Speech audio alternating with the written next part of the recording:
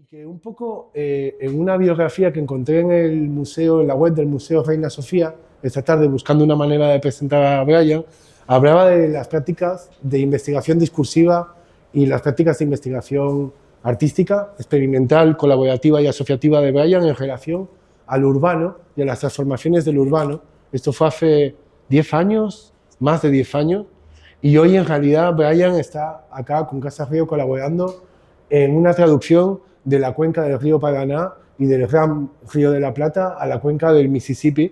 Así que me gustaría preguntarme qué pasó en estos años de crisis permanente para ese cambio de escala del urbano a otro tipo de escala planetaria, para pensar la planetariedad de una manera política también. Pero bueno, como les decía, no me quiero alargar demasiado, no le quiero quitar tiempo a Brian, y sí le pido un aplauso a todos para Brian. Gracias, Alfredo.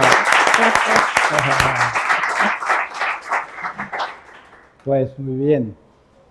Gracias por haber venido todo el mundo y gracias a Alfredo por invitarme a hablar.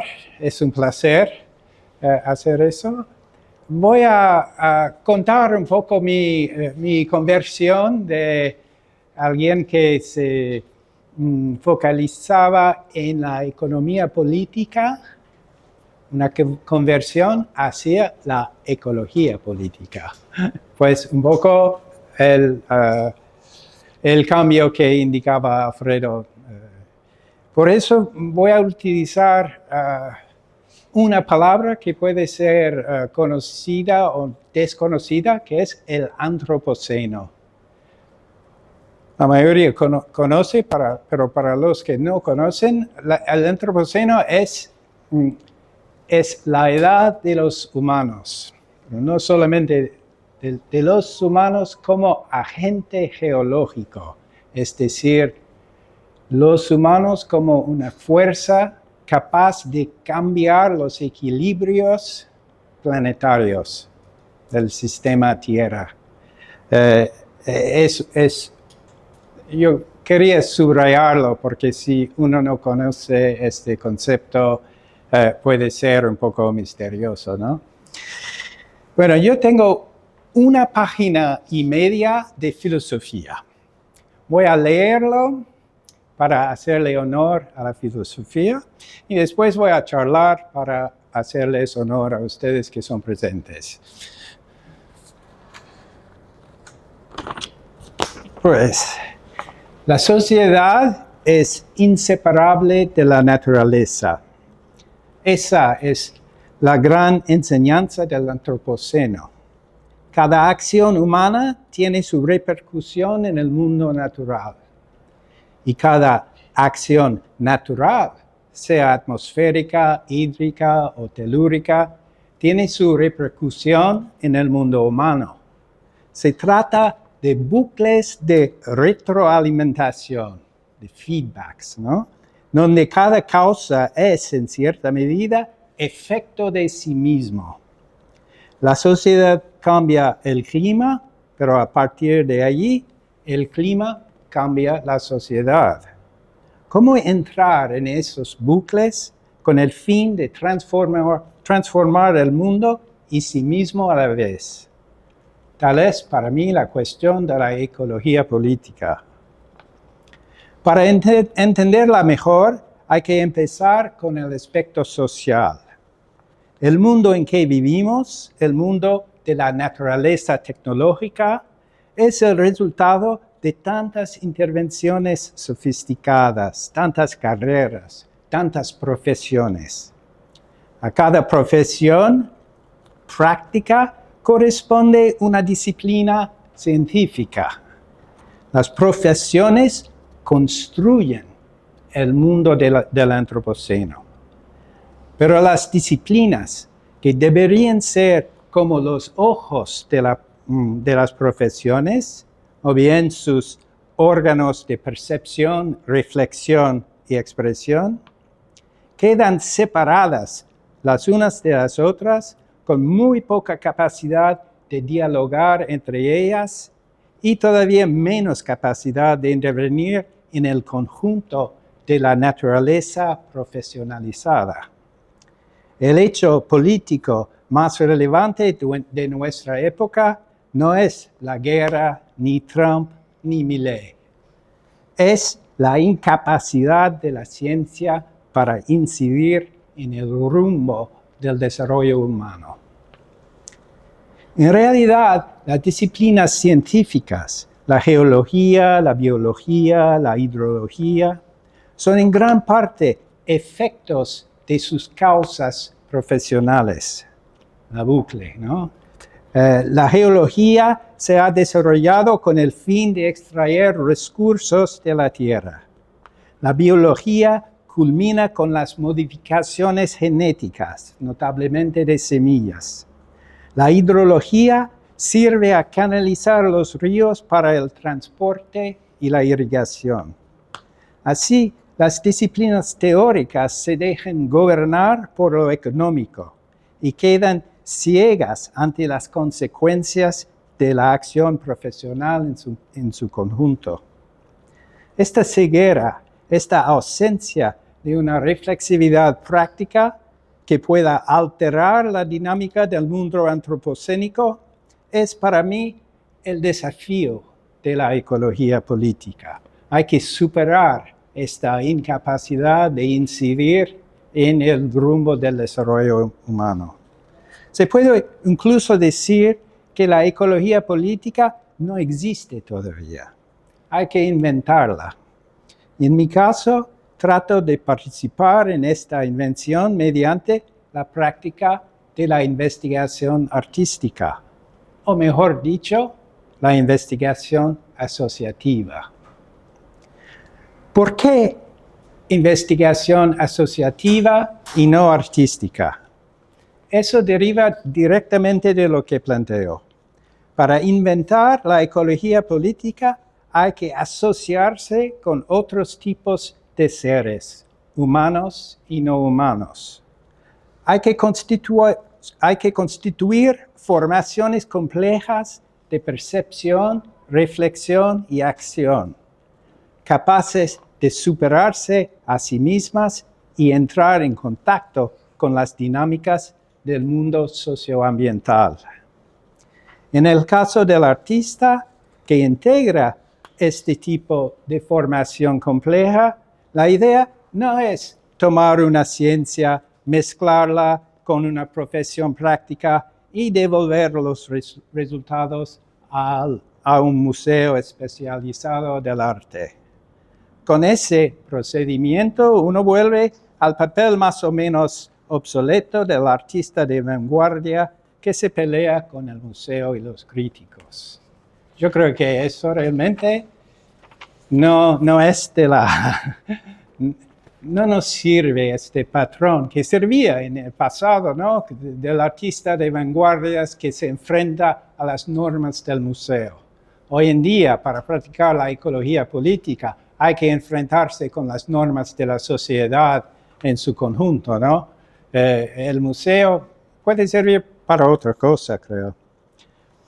Pues la idea de las nuevas vanguardias es sumarse a un campo ajeno, por ejemplo, a un campo de soja, desvelar el mundo que se abre a partir de ese campo y tratar de alterar los bucles de retroalimentación que sostienen ese mundo. En este proceso, obviamente, tanto el artista como el científico, el ingeniero, el chakrero, etcétera, se transforman. A veces será el artista quien impulsa esta transformación de los roles y de los fines. Pero eso solo a condición de cambiarse a sí mismo, alterando su función profesional. Pues estoy dando una receta, ¿no?, de transformación de esta misma profesión del arte, porque el artista también es un profesional y también se deja guiar por lo económico, por diversas normas heredadas de hace mucho tiempo, ¿no? Pues es esta cosa que se pueda hacer ecología política solo a condición de cambiarse a sí mismo y de alterar su función profesional. El museo también puede cambiar su identidad y su función. El museo puede respaldar la intervención de campo y traer sus resultados ante los ojos y la sensibilidad del público para una discusión no sobre las cualidades intrínsecas de la obra, sino sobre las dinámicas que dan forma a nuestro mundo en común. ¿Se da en realidad este cambio al nivel de los museos? Obviamente no tanto, pero el trabajo de vanguardias hoy en día es operar una transformación donde uno puede. Hace rato escribí un texto en este sentido, el texto de investigaciones extradisciplinarias. Eso fue como una intuición, ¿no? Esta intuición cambió de sentido con el encuentro de alguien que estaba presente en la sala, que es Alejandro Metin. En este momento hacía parte del grupo A la Plástica y después del grupo Caserío, que está exponiendo ahora en el museo. Fue algo fantástico, un recorrido con varias decenas de personas a través de muchos lugares en el delta del Paraná, y fue para mí realmente algo decisivo, porque de allí yo cambié completamente mi focalización, no solo para volcarme hacia el mundo fluvial, pero también para abrir esta cuestión de la ecología política. Hubo otro encuentro para mí muy importante, que fue el proyecto del currículum del Antropoceno, que fue un gran proyecto en Berlín. ¿Qué hacían ellos? El museo quería curar una idea durante su fase de emergencia. Esta idea fue la idea del Antropoceno. Por eso han trabajado directamente con los científicos, los geólogos que proponían el concepto del Antropoceno, y han invitado a mucha gente del ámbito cultural de participar de las discusiones de los científicos y de una discusión más bien entre artistas y otra gente, literarios, ¿no? Académicos y todo, para tratar de cambiar la cultura en paralelo a ese cambio fundamental científico. ¿Qué dice el Antropoceno finalmente? Dice que los humanos, nosotros, incluyendo a los científicos, hacemos parte de los objetos que podemos estudiar. No hay en realidad esta distancia absoluta de la objetividad, porque cuando estudiamos el clima, es nosotros que estudiamos, ¿no? Porque hacemos ahora parte del clima, hacemos parte del mar, ¿no?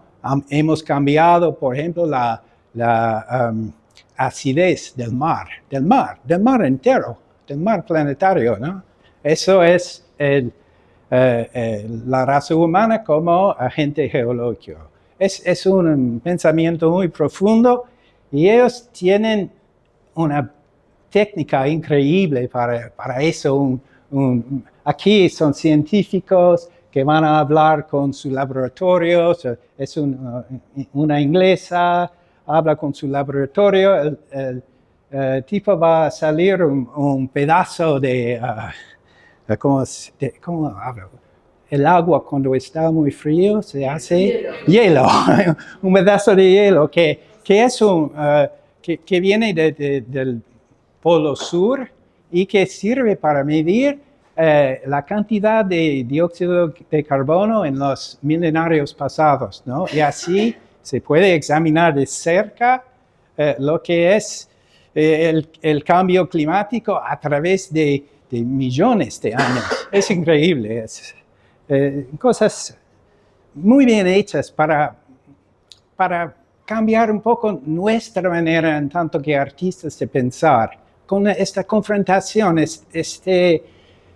ellos tenían una capacidad para crear las formaciones complejas de las que hablaba antes. Y eso para mí es muy importante. Pues yo quería crear algo que sea entre arte y ciencia, una técnica de mapeo que podía servir para contextualizar las problemáticas, para hacer también la comunicación visual de estas investigaciones asociativas, ¿no? Y así situarme entre lo estético y lo analítico, entre la expresión y la reflexión, entre, por fin, la ciencia y el arte. Eso fue la primera tentativa que siempre me interesa por el activismo, ¿no? El activismo es como la tercera pierna de todo eso. Aquí se trataba de una lucha de barrio que empezó con un actor súper importante, el viento. El viento reveló a todo el mundo el problema que había en el barrio, que no fue otro que verlo. Voy a encontrarlo aquí.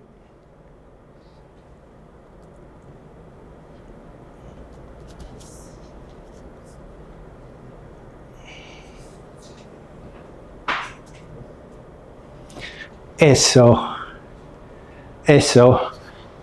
es coque de petróleo y lo han puesto aquí, cerca de las casas, ¿no?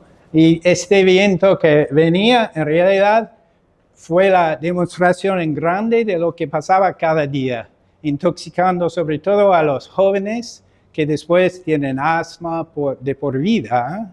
Pues eso para nosotros fue el objeto de una lucha exitosa para hacer que se puede desplazar eso. De hecho, es lo que han hecho. No es necesario tenerlo, es más conveniente, costaba menos porque había la infraestructura. Pues nosotros artistas nos juntamos a un grupo de vecinos y hay aquí lo más bello de este mapa son las entrevistas que hizo otra artista. Eso es el tipo de trabajo mío, ¿no? Eso fue el primero. Quería avanzar mucho más con eso y de hecho voy a mostrar la técnica actual que tengo un poco más tarde, pero un mapa no es suficiente, ¿no? Para efectuar esta transformación de sí de la que hablaba antes. Lo necesario es también social. Hay que componer grupos que pueden interactuar entre sí con el mundo social y con la naturaleza de manera experimental. Alrededor de Chicago, donde vivo, estamos haciendo eso desde el 2008. Y ahora tenemos como un centro de arte en nuestra casa. Yo y mi mujer Claire Pentecost, que también es artista, que es verdaderamente artista. Y tenemos como una situación así constantemente en casa y también organizamos recorridos.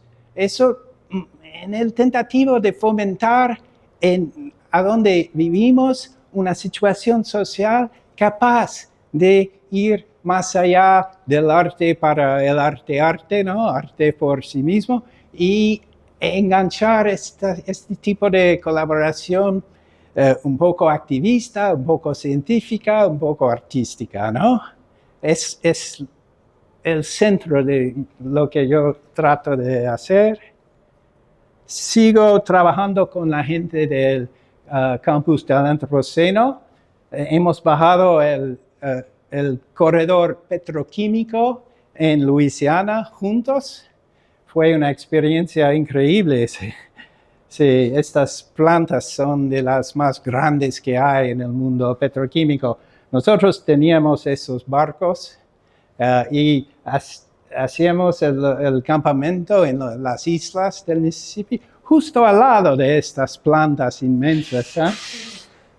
Este tipo de locura es lo que yo encuentro necesario para vivir, no solamente para vivir otramente, pero para pensar otramente y trabajar otramente y dar resultados distintos también. Yo creo que hay que inserirse en algo que va más allá de sí, que comporta dimensiones que uno no puede sospechar antes de hacerlo, antes de actuar, como dice Heinz von Forster.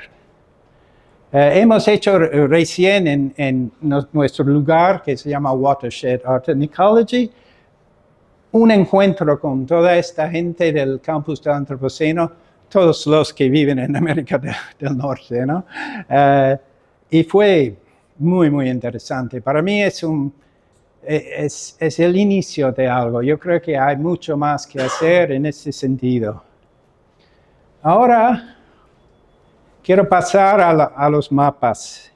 El primero se trata de una colaboración con un doctorante en geoantropología. La geoantropología es una nueva ciencia. Hay un instituto Max Planck que se dedica a eso y que surge del proyecto del currículum del Antropoceno. Lo que hacemos en el estado de Kansas es focalizarnos en esta zona. ¿Qué es? Aquí se ve el acuífero que se llama Ogallala. El acuífero Ogallala. Aquí hay una concentración impresionante de la industria de la carne. Y por detrás de eso, de la industria de la carne, obviamente hay mucho grano, que es el requisito, pero más hay también algo que es eso. Cada punto representa un pozo. El pozo va hacia el agua fósil del acuífero. Este acuífero no se recarga. Sí, se recarga, pero hace falta millares de años, ¿no? Pues ellos han empezado a hacer todos esos pozos en los años 70 y ahora están drenando el acuífero. Se ve eso, si yo quito unas capas, eso. Se ve los lugares rojos, son lugares de alta descarga del acuífero, ¿no? Pues van en efecto, como se dice, cortando el palo sobre el que están asentados, ¿no? Van hacia un límite natural. Esta formación socioambiental producía mucho en su época y ahora se acerca a un límite duro, ¿no? Y eso es lo que queremos investigar en este proyecto. Y podemos ir un poco más allá con eso.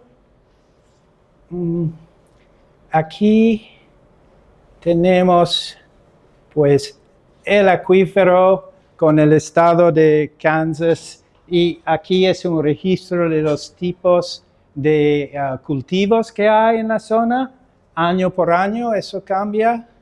Y lo que queremos hacer aquí, y la invención cartográfica en este caso, es utilizar el mapa como un instrumento de análisis. Voy a mostrarlo. Yo selecciono una capa, el de los condados. Tomo un condado y lo que pasa, hay un análisis de todos los datos de los pozos que sirven para medir el nivel del acuífero. Y eso culmina con un declive de 173 pies, que es mucho, que es muchísimo. Aquí se ve el tipo de cultivos que hay, son datos modelizados, esos son datos observados y se ve la variación. Es interesante que aquí es la zona de pastoreo, que ahora es lo mismo que antes. Hubo como un efecto de compresión y después porque están faltando agua, ¿no? Aquí es el agua de riego que a tendencia de el nivel baja, ¿no? Eso es, lo interesante es ir en el territorio y mostrar eso a la gente. Pues esos dos. Eso fue muy interesante este encuentro.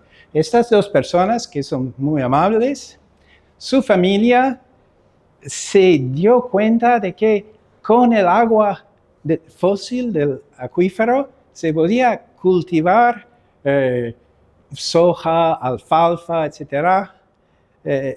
En terrenos de arena.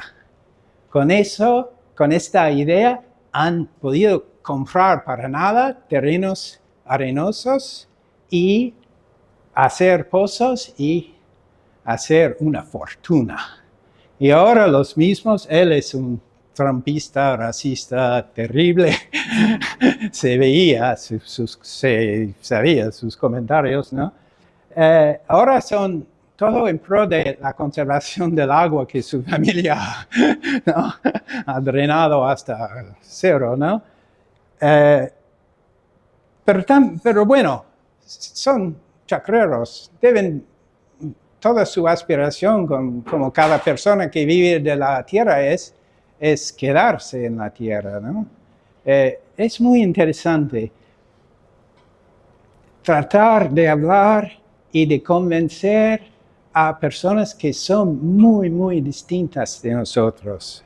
Y yo soy ahora más en eso que en la confrontación, ¿no? Quiero cambiar las mentalidades, también yo cambio en el proceso, ¿no? Y con la esperanza de poner sobre la mesa lo que la gente no quiere ver. Y es la muralla que está justo delante de nosotros. En este caso, es uno de los lugares donde esto se sabe, ¿no? Esto se sabe porque las condiciones cambian. Se puede ver aquí en este video lo inmenso que es un campo de alfalfa en esta zona desértica, ¿no? Que es terrenos arenosos, se ve que y se ve cuán grande es. Esta máquina es lo que hace el riego, ¿no? Va tornando en un círculo. El campo es inmenso y verde en mitad de este desierto, pero cerca de allí hay esto. Esto fueron antes círculos de plantaciones. Han intentado bloquear las arenas, ¿no? Con eso, tratando de como alguien que trata de detener a la marea, ¿no? No fue posible. Se ve un círculo por atrás y eso, con estas dos imágenes, uno puede ver el cambio entre algo típico del auge del desarrollo tecnológico en los años 60, 70, 80, y lo que pasa ahora que estamos en eso, ¿no? Eso es el límite. Hemos podido producir una imagen del límite con esta contraposición entre el campo regado y este campo que ya no es, que ya incluso la vegetación natural no crece allí, ¿no? Bueno, eso para decirles que un papel del artista investigador que se reúne con científicos, académicos, etcétera, es poner en relieve esta contradicción al centro del desarrollo humano actual, que es el límite ecológico a nuestra rapacidad, ¿no? A nuestro deseo de siempre producir más, extraer más y enriquecernos, ¿no? Ahora vamos a cambiar de continente para la Cuenca del Plata y la razón por la que estoy aquí, y hablar de campos de soja también. Eso es un mapa de la soja y de su expansión a través del tiempo. Y lo que es muy inquietante eso, porque es un cambio inmenso del uso del suelo que implica mucha deforestación, mucho daño a la ecología humana también, ¿no? Porque hay mucho desplazamiento de personas y de animales. Pero hay algo sistémico que está pasando, ¿no? La soja va siempre más hacia Amazonas. Aquí hay incluso campos de soja justo al lado del río. Eso amenaza con la conversión de Amazonas en un otro tipo de ambiente, ¿no? Como lo es el Cerrado en Brasil. ¿Cómo se llama este ambiente? Pradera, algo, hay un nombre para eso, ¿no, Marcelo? Para el Cerrado brasilero, ¿cómo se llama? La bioma. ¿Cómo? Cerrado. Sí, algo así, sí. Y se puede, Amazonas puede convertirse en eso, ¿eh? ¿Y qué va a pasar si eso pasa? Eso implique un desmonte terrible. En la Cuenca del Plata aquí tenemos el registro sobre 20 años y todo lo que es naranja, rojo, todo eso ha sido deforestado, ¿no? Si uno va más cerca de los lugares, se puede ver lo que es.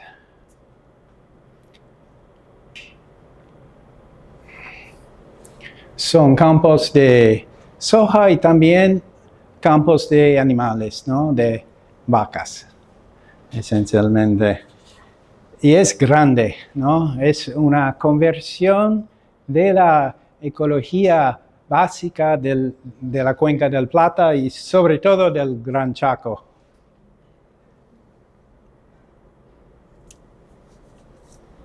Fuimos a hablar con Casaría en un lugar que se llama Carlos Casares, que es el pueblo de origen de los Grobo-Copapetel, y fuimos a la sociedad rural, ¿no? Para informarnos.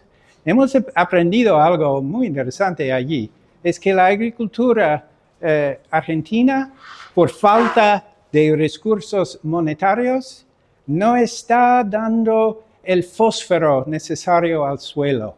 Poco a poco está vaciando el suelo del fósforo. Y eso es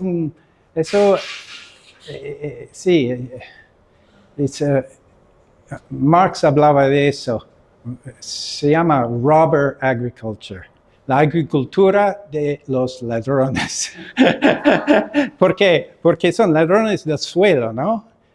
Toman sin dar. Hay un ciclo de reciprocidad que se rompe. Y eso no es solamente una cosa afectiva, es una cosa que cambia la dinámica de la pampa, de toda la cuenca del Plata y de la planeta. Sobre todo por la deforestación, pues la soja no es un campo de soja tiene una ausencia de biodiversidad, ¿no? Pero también lo que es ausente allí es el bosque primario y todos los animales y también los indígenas y también las poblaciones tradicionales que habían antes. Y todo el trabajo de Caserío postula que eso no es la única manera de hacer un mundo. No es extraer los recursos, no es el camino real hacia la felicidad, ¿no? Se puede vivir otramente. Y porque finalmente el desarrollo industrial privilegia a un tipo de personas y otras personas y muchos animales se descartan por completo de ese proceso. Nosotros pensamos que se puede manejar otramente la tierra. Eso no quiere decir desindustrialización total, esto no quiere decir volver a la época de piedra. Eso quiere decir que hay distintas posibilidades de desarrollo y que es urgente pensar en cómo transformar nuestra forma actual de desarrollo, porque estamos viniendo hasta un límite ecológico. También aquí, también con nuestros amigos, pues hemos hecho muchas investigaciones de los puertos, de todo lo que toca la cadena de la soja, para saber cómo eso pasa y cuáles son, qué está implicado en todo eso. Por eso hay que ir al territorio, no se puede hacer eso en un estudio en casa. Bueno, aquí es un mapa de las exportaciones desde Sudamérica de soja. Se ve que China es muy importante en eso, sobre todo en el puerto de Santos, en Brasil, donde estamos. Aquí yo utilizo informaciones de la ONG TRACE. TRACE es un organismo increíble. Han tratado de identificar por cada trader, cada exportador importante, Cargill en este caso, o ADM, o Amagi, etc., y ver de dónde viene la soja que ellos exportan. ¿Por qué? Para identificar zonas que producen riesgo de deforestación. Y en el caso de Brasil, han podido hacerlo de una manera asombrosa, ¿no? Se puede también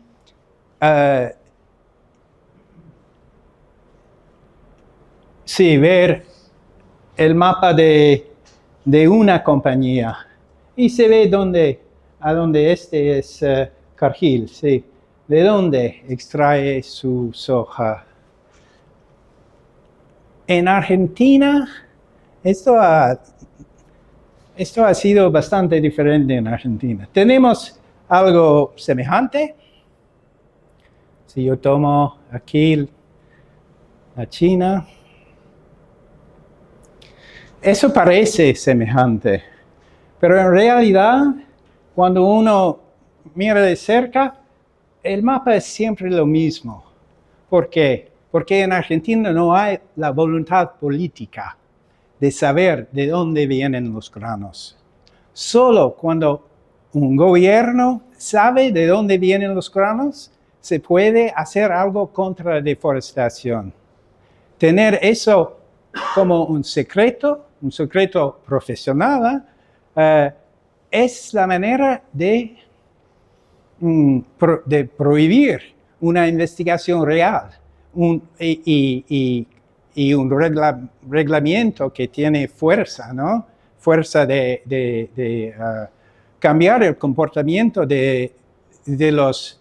Se focaliza sobre los traders, sobre los exportadores, porque es un lugar clave en la cadena, ¿no?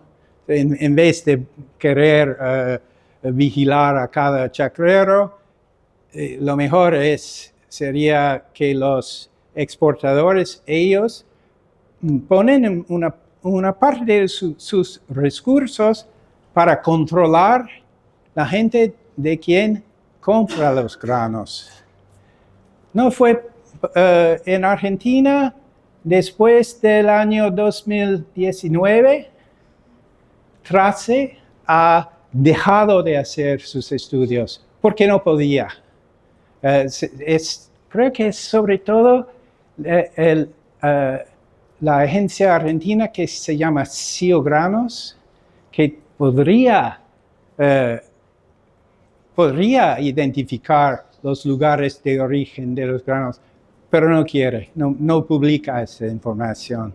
Publica informaciones súper generalizadas que cubren vastas extensiones de territorio y por eso no indican nada en realidad. Pues hemos cambiado, eso es la información que el gobierno te da, que solamente es cuánto grano exportado por cada gran puerto.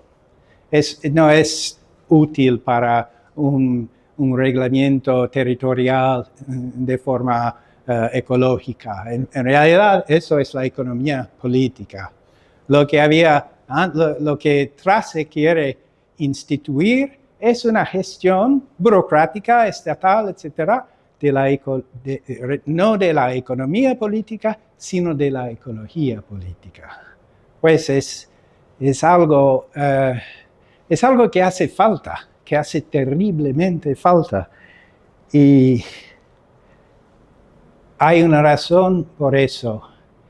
Yo creo que se puede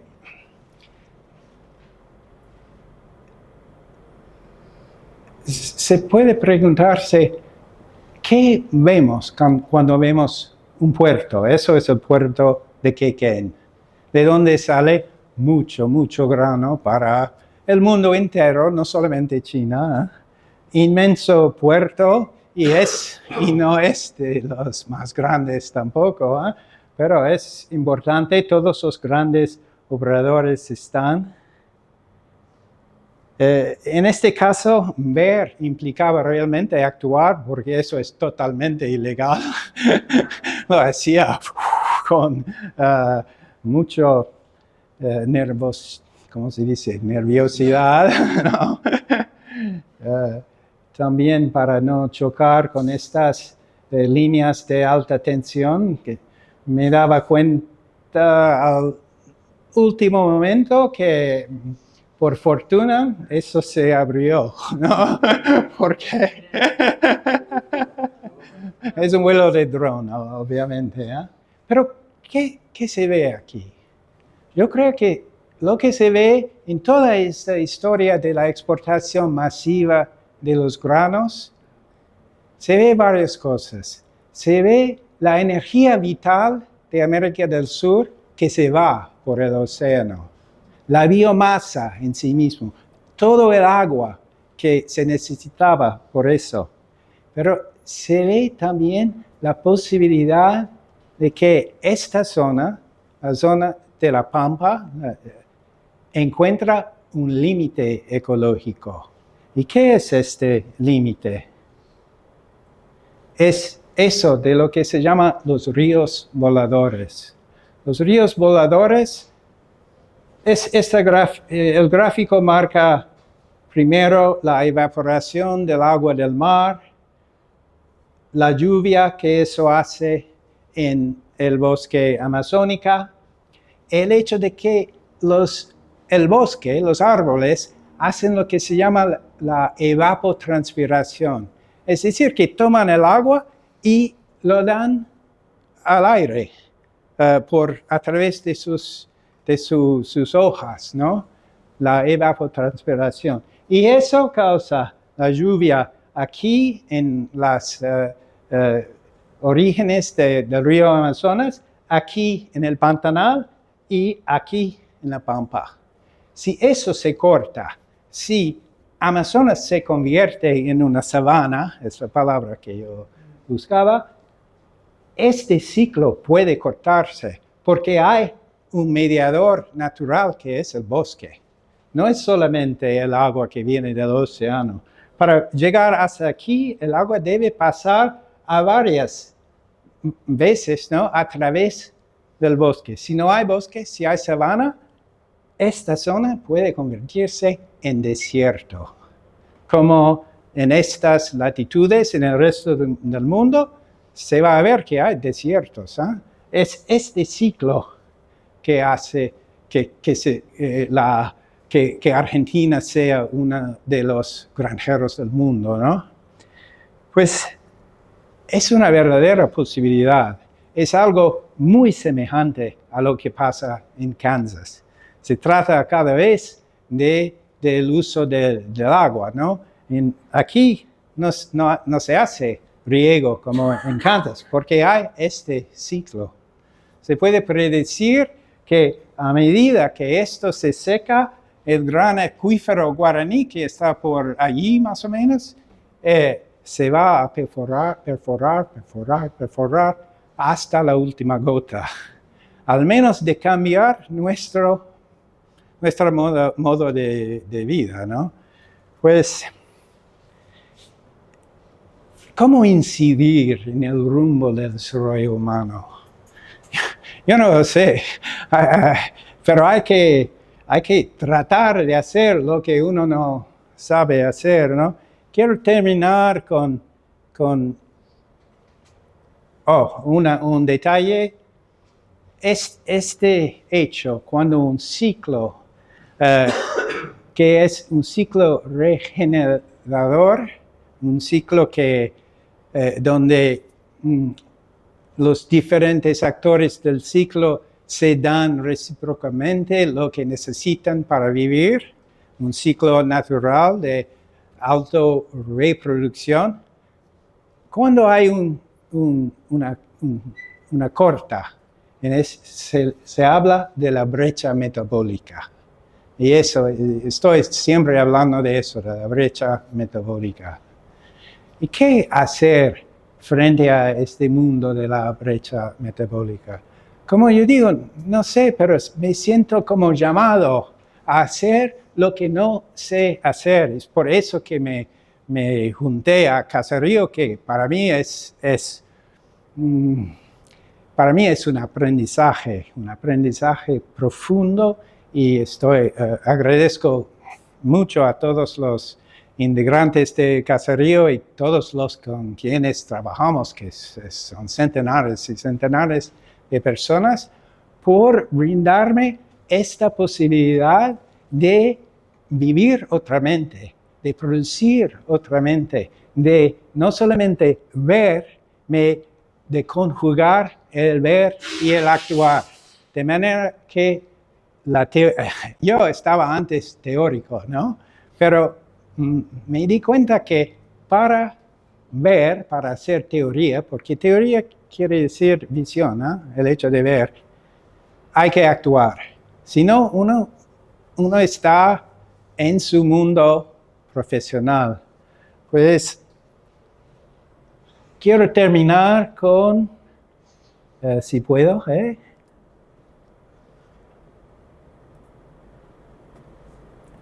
con esta otra parte del mapa. Es la parte biocultural. Normalmente empezamos con eso, porque eso es nuestro trabajo preferido, ¿no? La crítica la transformación. Pues hay mucho que ver en este mapa, pero yo para terminar quiero de nuevo leer algo, leer directamente del mapa. En la parte de aquí donde habla de este gran valle central por donde pasa el río Paraná, se dice: el sistema de humedales del Valle Central de la Cuenca del Plata es una unidad viva, un continuo histórico, geológico, hidrológico, biológico y cultural de importancia planetaria. Su equilibrio depende de la interconexión de corredores biológicos que permitan la continuidad de procesos como la migración, la regeneración y el intercambio genético. Pero un corredor biocultural involucra también saberes, prácticas, memorias y formas de cuidado. Desde perspectivas como la crianza mutua, que viene de una palabra aymara, el territorio no se entiende como un espacio fragmentado, sino como,